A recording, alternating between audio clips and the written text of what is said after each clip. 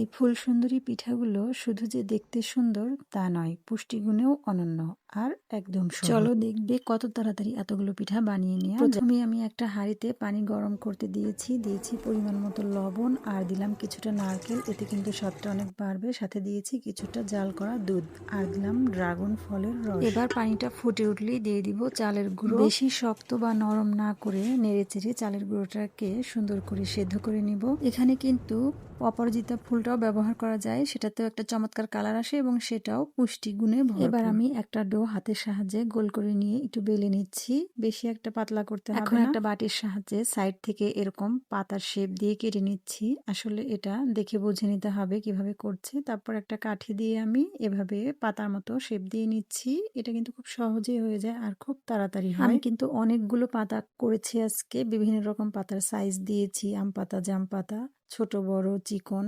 পাতাগুলো দেখতেই আমার কাছে সবচাইতে বেশি ভালো লাগে আর এগুলো ভাজার পরে একদম ফুলে টুপটুপে হয়ে যায়। দেখো কত চমৎকার লাগছে আর কত সহজে হয়ে যাচ্ছে এগুলো। তোমরা তোমাদের পছন্দ মতো ফল ফুল যে কোনো একটা শেপ দিয়ে করে নিতে পারো। অনেকগুলো পিঠা বানাতে গেলে এই শেপটা দিলে খুব তাড়াতাড়ি হয়ে যায়, এজন্যই আমি এটা দিয়েছি, কারণ আমি অনেকগুলো পিঠা বানিয়েছি। এবার আরেকটি ডিজাইন শেয়ার করছি তোমাদের সাথে, এটাও কিন্তু খুব তাড়াতাড়ি হয় এবং দেখতেও চমৎকার। আমি একটা কোটার মুখ দিয়ে কেটে নিয়েছি এগুলোকে, তারপরে যে চিরুনি দিয়ে একটু দাগ দাগ করে নিচ্ছি। এরপরে হাতের সাহায্যে এগুলোকে ফুলের মতো শেপ দিয়ে নিব। এটা কিন্তু অপরাজিতা ফুল। এগুলো দেখতে যেমন কিউট, তেমনি ভাজার পরে একদম মুচমুচে হয়ে যায়। বিশেষ করে বাচ্চারা কিন্তু খুবই পছন্দ করবে, বড়রাও কম না। আর আমার কাছে তো এগুলো বানাতে খুবই ভালো লাগে।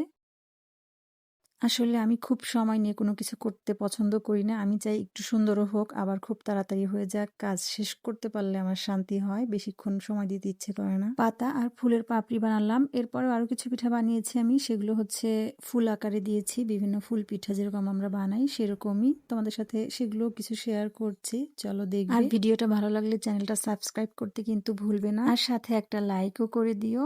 এবার আমি আরেকটা ডো থেকে দেখো এরকম মোটা করে বেলে নিয়েছি, তারপর চিরুনি দিয়ে শেপ দিয়ে নিলাম। এই ডিজাইনটা করার জন্য একটা চিরুনি আর একটা কাবাব কাঠি থাকলেই হয়ে যায়। সবসময় হাতে খেজুর কাটা বা অন্যান্য জিনিসগুলো থাকে না, তো সেক্ষেত্রে চট করে বানানো শুরু করতে গেলে তখন দেখা যায় যে এই জিনিসগুলো অ্যারেঞ্জ করাটা প্রবলেম হয়ে যায়।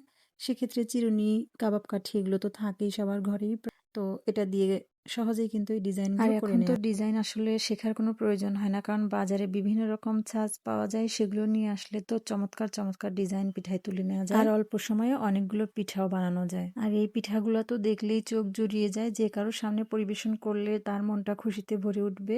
খাওয়ার আগে আগে কিছুক্ষণ তাকিয়ে তাকিয়ে দেখবে। আমি এবার শিরা বানিয়ে নিচ্ছি, কিছুটা চিনির সাথে দিয়ে দিলাম একটু তেজপাতা আর লবঙ্গ, সবকিছু আজ আমি দুই ধরনের শিরা বানাবো, একটা ঘন একটা পাতলা। দুই ধরনের শিরাই লাগবে আজকে পিঠা বানানোর জন্য।